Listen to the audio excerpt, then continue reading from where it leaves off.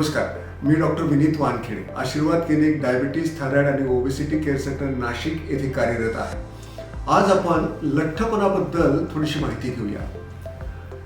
लठ्ठपणा म्हटलं तर मी असं म्हणेल की सगळ्या आजाराची जननी म्हणजे लठ्ठपणा. म्हणजे जवळपास सगळे आजार त्या लठ्ठपणातून निर्माण होतात असं म्हणायला हरकत नाही.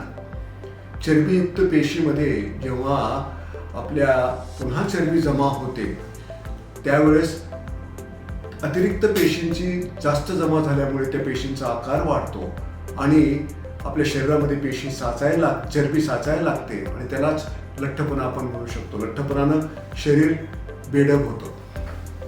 लठ्ठपणा असला की उच्च रक्तदाब, मधुमेह, हृदयविकार व तुम्हाला आश्चर्य वाटेल की 13 प्रकारचे कॅन्सर्स ह्या लठ्ठपणातून होऊ शकतात.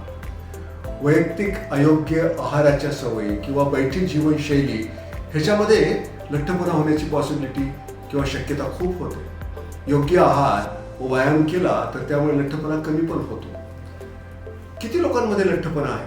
ICMR ह्या संस्थेद्वारे एक सर्वेक्षण आलं, त्याच्यामध्ये असं म्हटलंय की भारतामध्ये 11 ते 36% लोकांना लठ्ठपणा आहे.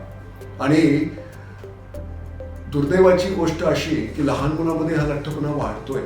पूर्वीच्या काळी शाळेत जाणारी मुलं अतिशय सडपातळ असायची आणि एखादाच लठ्ठ असायचा. आताच्या काळी जर बघितलं तर एखादाच सडपातळ असतो आणि बहुतांश मुलं लठ्ठ असतात. 17% प्रमाण आहे.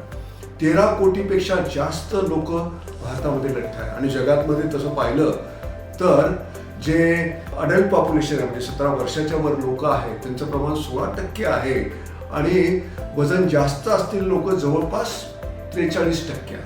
म्हणजे किती मोठं प्रमाण आहे तुम्ही बघा. प्रकार किती आहेत लठ्ठपणाचे? पुरुषामध्ये ॲपल शेप किंवा त्याला अँड्रॉइड म्हणतात. म्हणजे अगदी पोटाच्या अवतीभोवती त्याला पोटाचा नगारा म्हणता येईल, चरबी साठायला लागते. आणि आपल्या एशियन कंट्रीजमध्ये त्याच्यामध्ये भारत पण येतो. ह्या लोकांमध्ये अशा जो लठ्ठपणा आहे ज्याला आपण ॲपल टाईप, अँड्रॉइड टाईप म्हणतो तो जास्त आहे. आणि स्त्रियांमध्ये पेअर शेप किंवा गायनॉइड, नितंबामध्ये आणि मांडीच्या अवतीभोवती फॅट जमा होणं अशा प्रकारचा लठ्ठपणा असतो. थँक्यू.